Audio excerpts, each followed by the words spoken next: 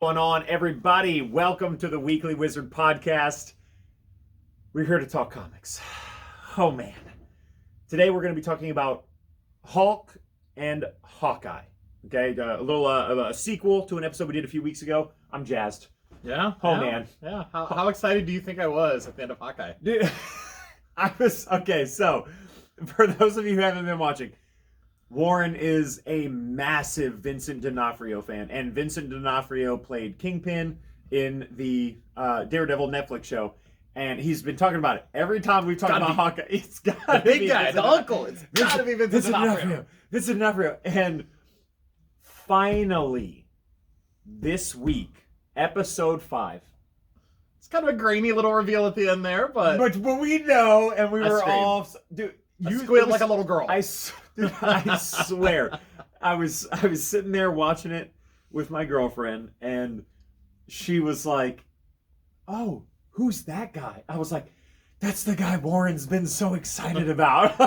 Oh my god. I was excited for you, dude. Oh, like, man. What an episode, man. That was so good. What an episode. Yeah.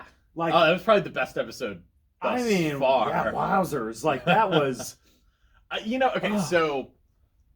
You've seen Black Widow, right? Yeah. Yeah, okay. So I think we could both be in agreement that Florence Pugh was definitely the best part of Black Widow. Yeah. Yelena? I mean, she's an amazing actress. Yeah. And she killed it. And then she walks into this show and becomes the best part of this show. I mean, a great show already. And very great show. That scene with her and Kate sitting at the table, eating mac and cheese with all the hot sauce. She's like, yes, I love hot sauce. Yeah. Like, dude. And then just casually, I'm going to kill him. Yeah, I'm going to kill your friend. Yeah, where is he? Oh my god, she was amazing. It really was. Yeah.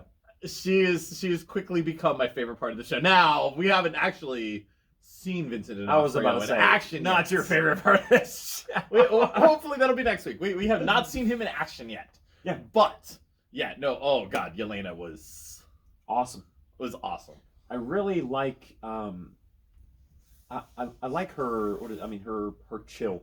Yeah. You know what I mean? Yeah. Like, she's like, hey, I know I tried to kill you like 24 hours ago, but like, here's mac and cheese. Like, just come sit down. Like, that whole bit. If I wanted to kill you, you would have killed me. Yeah, and I love how Kate's like, even when I walked the door, I wouldn't have even known. Wouldn't even open the door all the way. Probably would already. She's like, yeah, totally.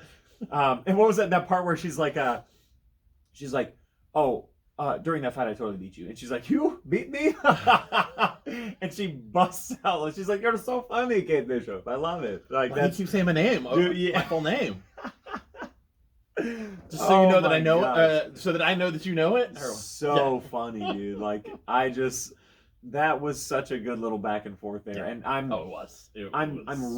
I'm genuinely curious to see how this little bit between Yelena and Clint plays out. Like, I'm very curious to see if she's like, you're my sister. You're going. You're done. Is it? that it? Maybe that's how. Yeah, maybe that's how Hawkeye goes out in the Marvel universe. I mean, I don't know. We'll see. But I'm excited. I hope not. Oh, for sure. Like, I would love nothing more than, because, dude, Jeremy Renner is doing such a good job. Yeah. With this character, and it's funny because when you look back, like, nobody really pays attention to Hawkeye. Because he's like the dude in the group. Everyone else is like a god or like the next level, whatever. He shoots arrows. He's just a dude with a bow and arrow. Like, but he also has such an amazing story. Yeah.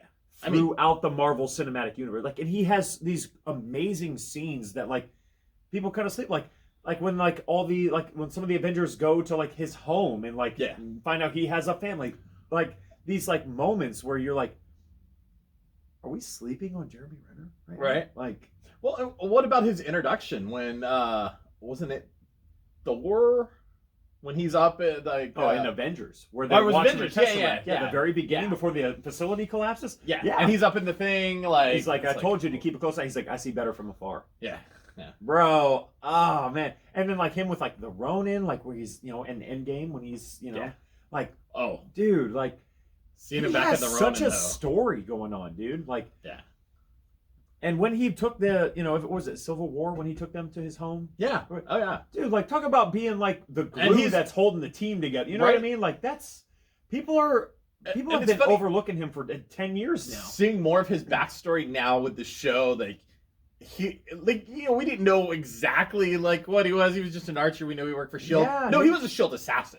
Yeah. He was a Shield assassin. He killed people. He was a weapon that was pointed at the right guy. Just like Black Widow. You know what I mean? Exactly. And I think now we know that's why they had such a strong bond, because that was just that was how they connected. Like, hey, we're the same. Like, and then you see this background story of him now where he's a Shield assassin. And then you go back and you look at these family scenes, his wife, Linda Cardellini, and the 3 kids, and you realize how much that means. Like, you know what I mean? You're just like, oh, a guy with a bow and arrow has a family. Yeah, no duh. But like, no, like he wants to keep them safe. I mean, that's why they were on a farm out in the middle of nowhere. And dude, only Nick Fury knew where they were at. And that scene in this episode where he calls his wife. Yeah. And he part of him wants her to talk her out of what he's about to do, because at this point Maya has got to go because she just won't stop. Yeah. And he's like, I'm gonna have to put a stop to this. And she's like, are you expecting me to tell you no? And he's like, like kind of like and honestly I thought it was a very interesting moment that she chose to be like, hey, no, you do what you got to do. Like, you get it done. Like, and then you get your ass back here, you know, like at this point it's about protecting his family.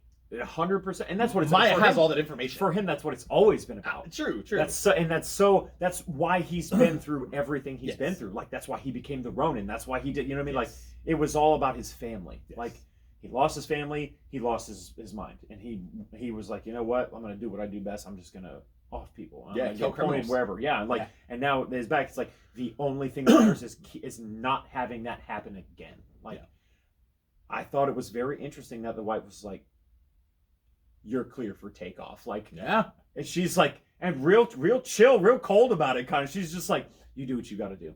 I don't even." She's like, it's not me doing it. It ain't my business. You just get it done and get home. The fact that it's become more personal too, after he finds out Maya actually has information on his family. Yeah, so it's not just like about protecting the family. It's like about protecting the family. Yeah, it's no talk, all action. Like it's time. Like, this has to end. The scene, the fight scene. Oh yeah, them in the parking lot, dude. He shows up as Ronin. Well, no. Before he shows up as Ronin, he's just taking out all of these other dudes. Sweeping the scene. Yeah, because everybody's like, oh, like, you know, he says, come alone. No one ever comes alone. No, why does no one ever come alone? Never. Why does nobody ever would you go alone? Yes, and the only reason for that is because I'm a man of my word. Okay. Like, but if she didn't give her word.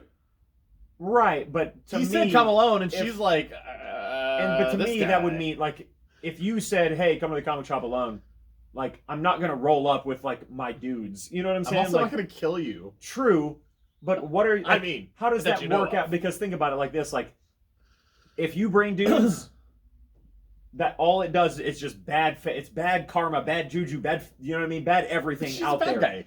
That's true. She is a bad guy, but and that's why I would go alone because I'm not a bad guy. But you know what I'm saying? Like, I'm not a bad guy. I would show up alone. Okay, what's up? Like, let's talk about whatever. Like, I'm not, you know. And that's how you get killed.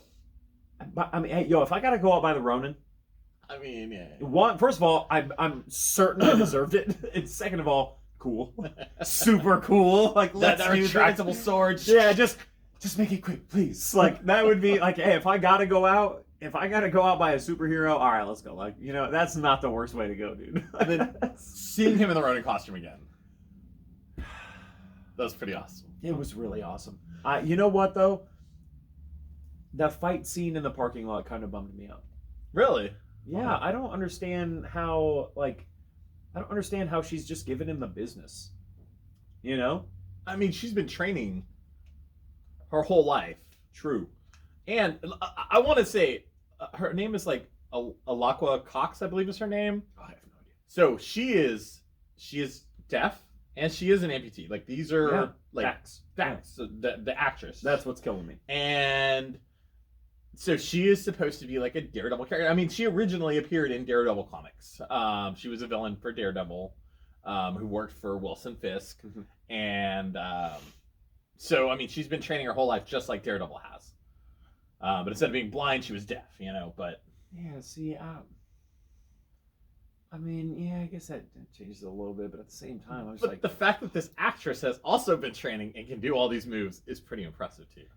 I mean, the choreography was great. It was. I don't know. I felt like she had just like always had like a bit of a one up on him until the very end, and then turned it like, and then the only reason that she didn't win was because she was like, oh, maybe you're right.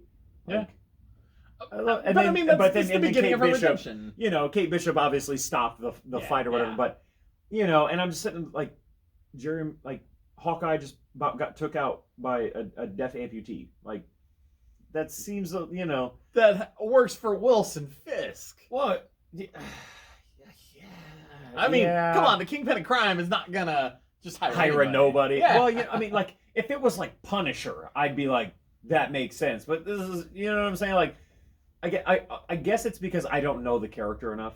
I've never had any introduction to Echo before this series, so I don't know how next level she is. But even in the show, like, yeah, she like does karate and stuff, but like, they made it seem more of like, hey, it's hard for you, so you're gonna have to work extra hard to be good, just to be good. No, you know, is kind of how I'm looking at it. So maybe that's why, you know, just a weird setup, I guess. I absolutely hate this storyline. But they just did a storyline? No, this is a comic storyline. Oh, okay. New comic, check it out. Yeah. So there was she's in the Avengers now. Okay? Right. Yeah, you were telling me about that. And they did this. It was called Trial of the Phoenix storyline, which I absolutely hated. But Jason Aaron, bro, your Thor was amazing, but this was not, Avengers, man. So basically, somebody is going to get the Phoenix Force, which the Phoenix should always be a mutant. I will never back down from that. The Phoenix has always been a mutant. The Phoenix should always be a mutant. Yeah, that makes sense. But now she has the Phoenix Force. She beat everybody. Well, kind of. And she is now the Phoenix of the Marvel Universe. Like, Jean Grey level powers. Yeah. All right. Didn't make me necessarily hate the character, but I hate the story arc. Like, they're doing it's Phoenix Song Echo right now, which all the other Phoenix Song books were, you know, Jean Grey, because she was always the Phoenix. Yeah. And there's so many other mutants that have been the Phoenix or are destined to be the Phoenix, like Kid Omega, and now Echo has Phoenix powers. I mean, she doesn't even technically have superpowers. And I mean, I'm not even following like any of that, so this is all news to me. Yeah. But yeah, you know, so the character is a little off. I like her earlier comics storylines when she was a street level, you know, fighting Daredevil and then helping Daredevil, you know, that kind of thing. But to become this big cosmic, super-powered being is beyond ridiculous. She should just be a street level, and she was amazing at that. I mean, hey, in the show, that's what they're keeping her at. She's not going to get the Phoenix Force in this Marvel show. Oh my god, I can't even imagine the steps that it would take. Episode 6, out of nowhere, she's like chilling at home, and the Phoenix Force like comes in the window, like that would, that'd be ridiculous. But no, this episode was awesome. It was. And then, I enjoyed it a so lot. let's talk about the end. You know, we the reason that they stopped fighting, you know, Kate kind of intervenes, but there are some words spoken when Clint has the all-out upper hand, and he's kind of having that moment where like she's down and he's holding the sword, and he goes, he even takes his mask, takes his hood, takes his mask off, and he's like, "I wanted you to see me," and she's kind of like barely making out what he's saying, and the subtitles are kind of like partial or whatever, and we find out that, you know, her boss is the one who pointed Ronan in her father's direction. Yes. And so we find out that somebody tipped him off and to her father. Pointed him right to her dad. And she's like, "You're lying." And he's like, "No, your boss," or however you sign it. And it was cool because he was like kind of signing and talking at the same time. I like that. The few words that he knew. The little bits that, that was cool. I like how they incorporated that because they didn't have to do that, but I like that it's like, hey, like let's do both. Like that was dope. and and she kind of, after she, they all get away, they She meets up with Kazi. yeah, Maya has that little tiny meeting with Kazi. And she goes, And "Where she's were you like, that yeah, night?" where were you that night? And she questions him, and he's like, what's going on? And it's funny because when she leaves, you can tell he's like, Yeah. like Oh, he has crap. that like, Yeah. oh boy, like, and I'm kind of confused. I don't, and I guess I don't understand relationships like that. Like, you, especially that, like you were a part of her father being killed, and you're literally like guiding her to her revenge. You know what I mean? Right. Like, but you would played a part in it. Like, that's not smart. Like, you know what I mean? What That's I just... kind of think happened is Kingpin wanted the father out of the way because he maybe thought he could control the daughter more if the daughter took over the Empire. And the Kingpin also wanted to keep his man on the inside in there, Kazi. So he's like, hey, like, let's kill this guy, but I want you to stick around and help bring her up the way I want her brought up so that she's under my control. Whereas he was, we don't know much about the dad, but the dad could have been maybe stealing, maybe doing things the way Kingpin didn't want them to be done. Yeah. Well, and nobody of messes course, with the Kingpin. I was just about to say, and of course you don't say no to the Kingpin. No, that's you hilarious. do not say no to the Kingpin. Yeah, I mean, so yeah, I mean, what an episode, dude. I genuinely enjoyed that. Yep. That was... Oh, and there was one more little part at the end there too. Like, we talked about the picture, but what was the full significance of that picture? Dude, who was that standing with the Kingpin? That mom is... I told y'all. I knew it from the first 5 minutes of seeing the mom character. Right. Like, the mom is a villain. Like, it's very clear. Like, she killed the dad. She has been running all this bad guy stuff from day one. You know what I did? I picked up the phone and I called it. That's what I did. I mean, seriously. Like, I just, there sometimes a villain can sneak under my radar because they're that good. She's not that good. She was a little shady. She's not that good. Yeah. You know what I'm saying? And when we find out that Yelena was hired by the mom, I said that last week when we spoke. I was like, on the phone, she's the one who called Yelena. Like, that's like, it was her. And of course, turns out I was right. And then we find out the most exciting news for you of all time. I swear. She works for Vincent D'Onofrio. She is working for Vincent D'Onofrio, a.k.a. The Kingpin. And Wilson Fisk. I loved how he had the white coat on. Oh, yeah. Yeah. Oh, that's great. Oh, mwah. It was great. Chef's kiss good. It was It was a beautiful moment. And I love how, like, Jeremy Renner, like, sees and he's like, this is the guy I was worried about the whole time. Yeah. That's the Kingpin. And when he slides the phone into the view of the camera, you're like, oh! I screamed. I did. Dude. I screamed. What a way. And it's awesome because they announced, 2 weeks ago that Charlie Cox is the Daredevil the Daredevil, dude. He's the Daredevil of the MCU. At this point, I'm really just waiting for them to announce that John Bernthal will remain the Daredevil. I need John Bernthal back in my... And I can't wait for that announcement. Oh, yeah. Because that's going to be sick. And Mike Coulter. Mike Coulter's Luke Cage. Okay. Don't hate me. I didn't watch Luke Cage, Jessica Jones, or Iron Fist. So later seasons of those weren't great, but I heard too many things that I wasn't jazzed about, and the first season of Jessica Jones, I absolutely recommend watching, because of David Tennant.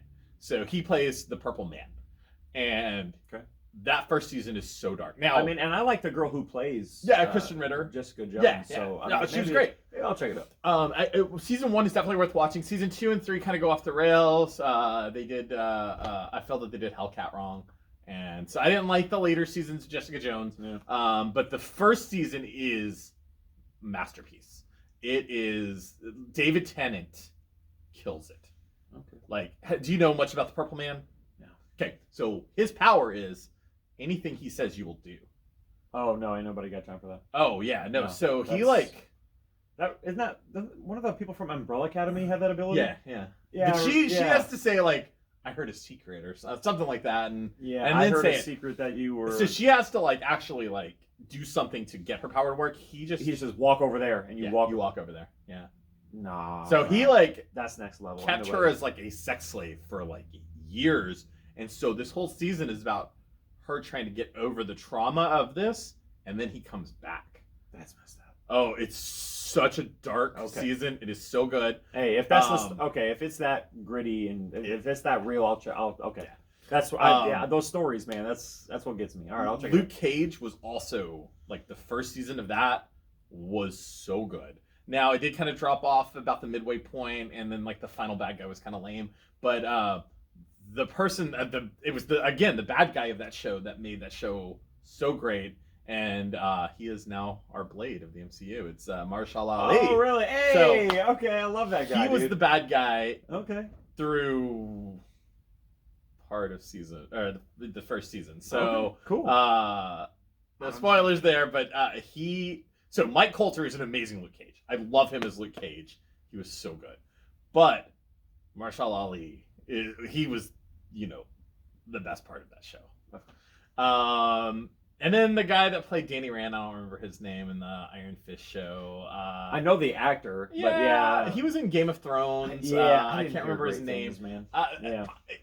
People hated Iron Fist. I didn't hate it. I enjoyed it all right. I mean, I'm sure if I watched it, I would enjoy all of them. Yeah. I'm saying that I didn't care for as much. I still watched enjoyed all of them. Yeah. I've watched everything Marvel. It's in funny fact, now that I've seen Venom, there's only one Marvel property I've never watched, is that's Dark Phoenix, and I don't know that I ever want to watch it, but the X-Men movie? The last X-Men. I haven't liked any of the other X-Men movies. Why would I not? Why would I watch? I own it too. I have it on Blu-ray. I never watched it. How do you even? I mean, I did that for Venom. I had Venom for like 3 years and never watched it. Oh my god! I know. Okay. It's because the MCU movies are so good. Talk about it. Now, it's fine. I am disappointed that I didn't watch Venom. And I finally watched Venom: Let There Be Carnage 2. Yeah, it was so good.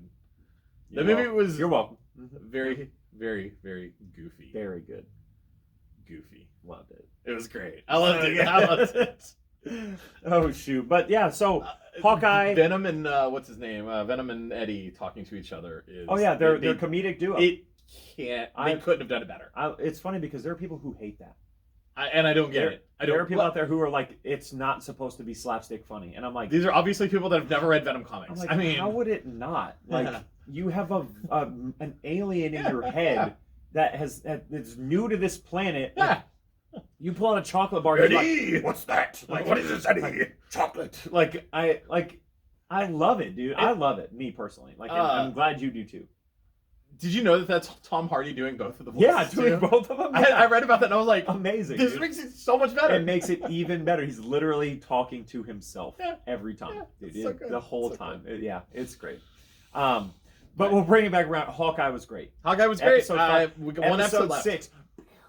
I can't wait. So So next week episode will not be about Hawkeye episode 6. It's going to be a couple weeks on that one. True. Yeah. So next week. What do you think we're going to be talking about next week? If you don't know, the biggest thing in the MCU. Next week is going to be a big one. Yeah, folks. Next week we will be talking about Venom.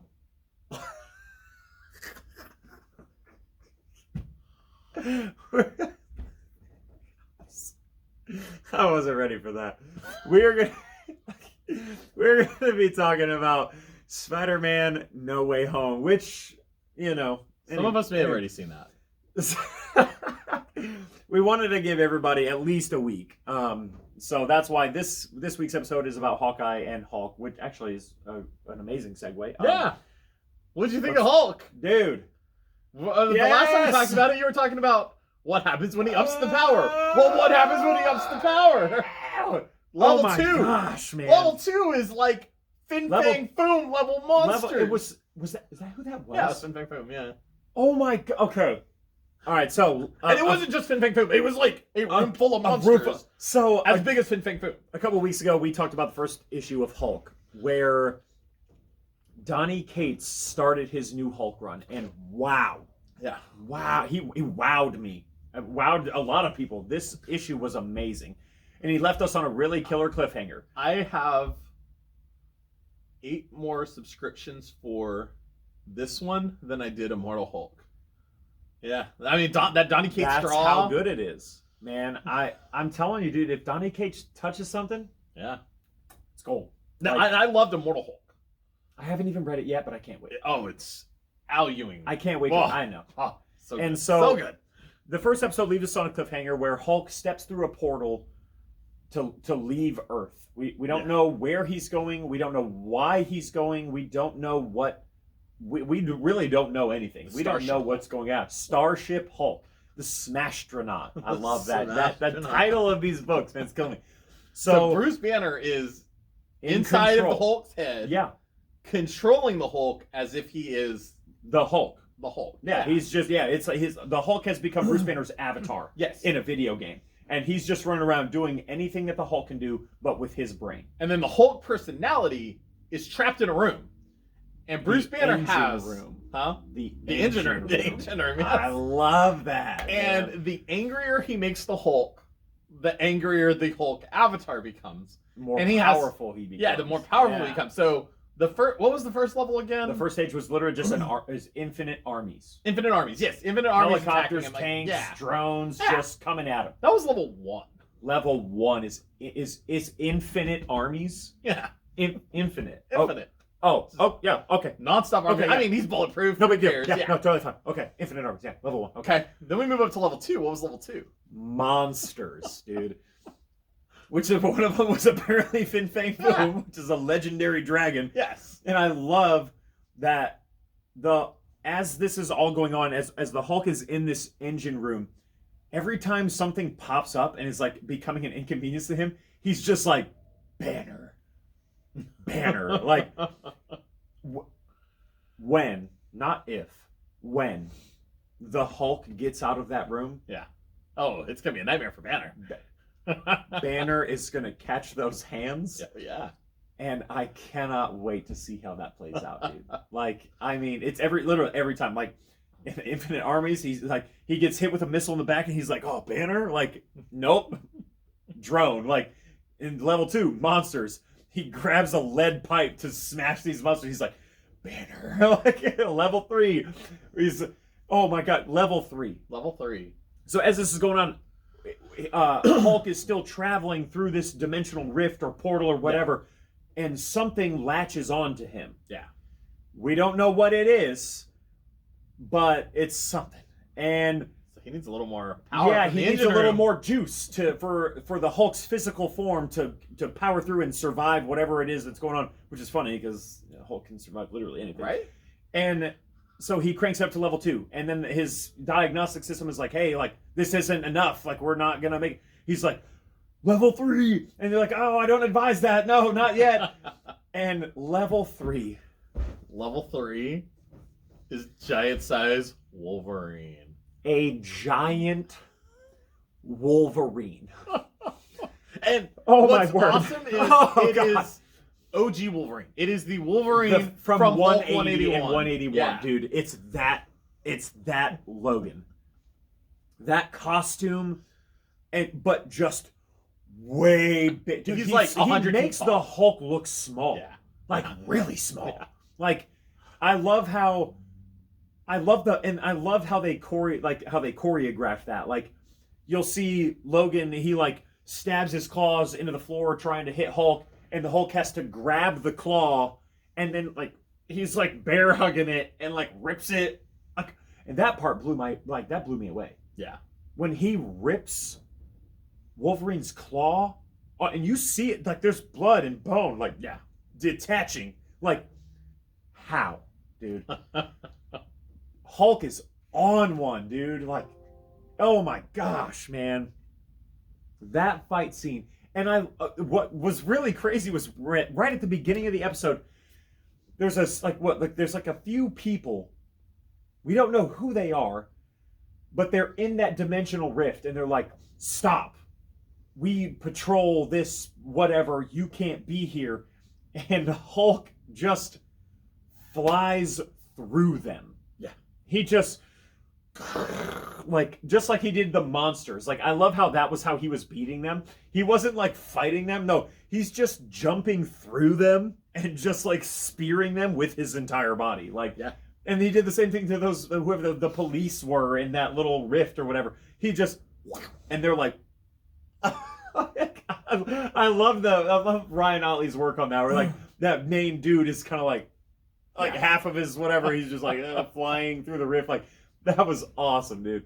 That was really good stuff. Yeah, no, this story, and then we find out who is pulling the whole, because eventually they're successful. They're like, we find out like whoever's grabbing him is like scanning him. Yep.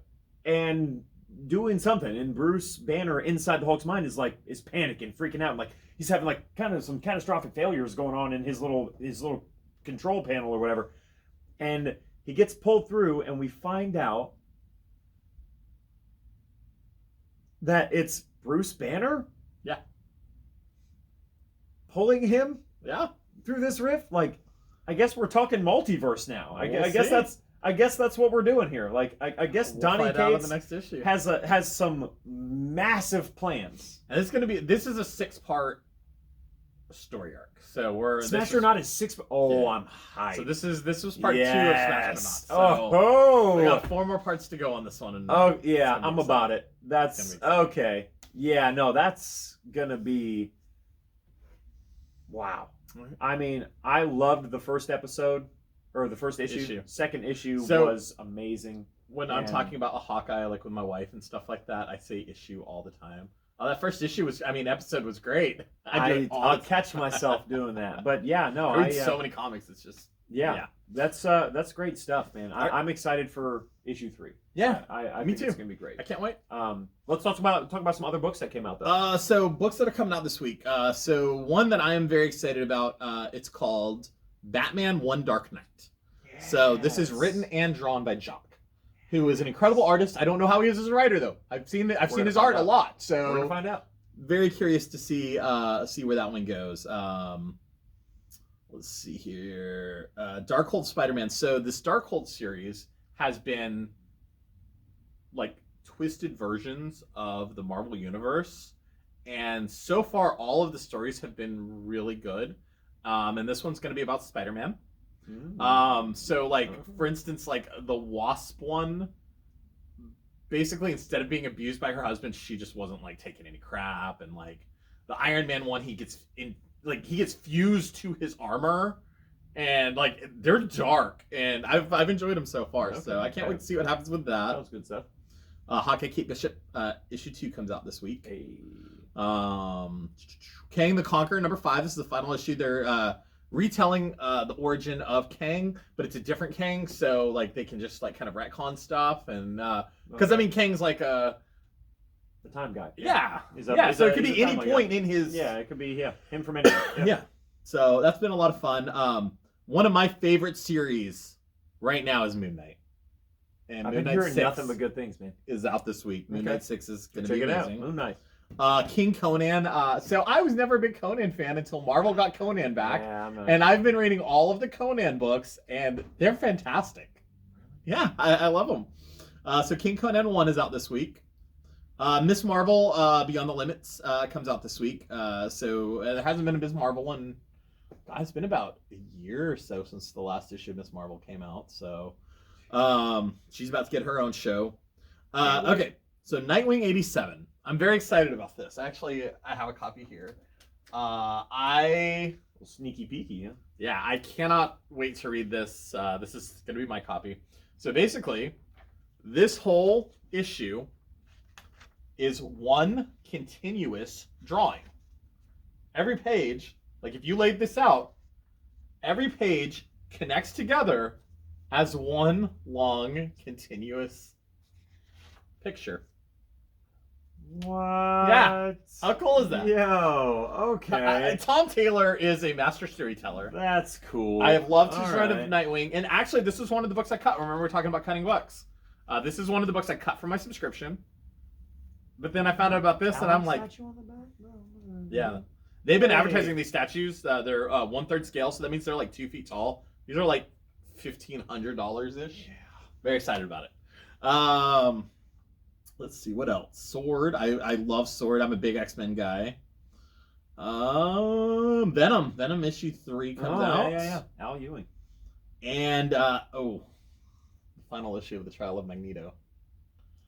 Okay. So it's about to get real. Yeah, so they're in the X-Men world. They all live on an island called Krakoa, and so they did it was called the Hellfire Gala, where they invited humans, other superheroes and stuff to come and like witness an event. They ended up terraforming the planet of Mars and making it the capital planet of the solar system, and it's run by mutants. Of course. And it's not called Mars anymore. It's called Arkoa now. So, Arkoa, yeah, Krakoa, Arkoa, yeah. So that was the thing that happened. Well, at the Hellfire Gala, at the very end, they find Scarlet Witch's dead body, and now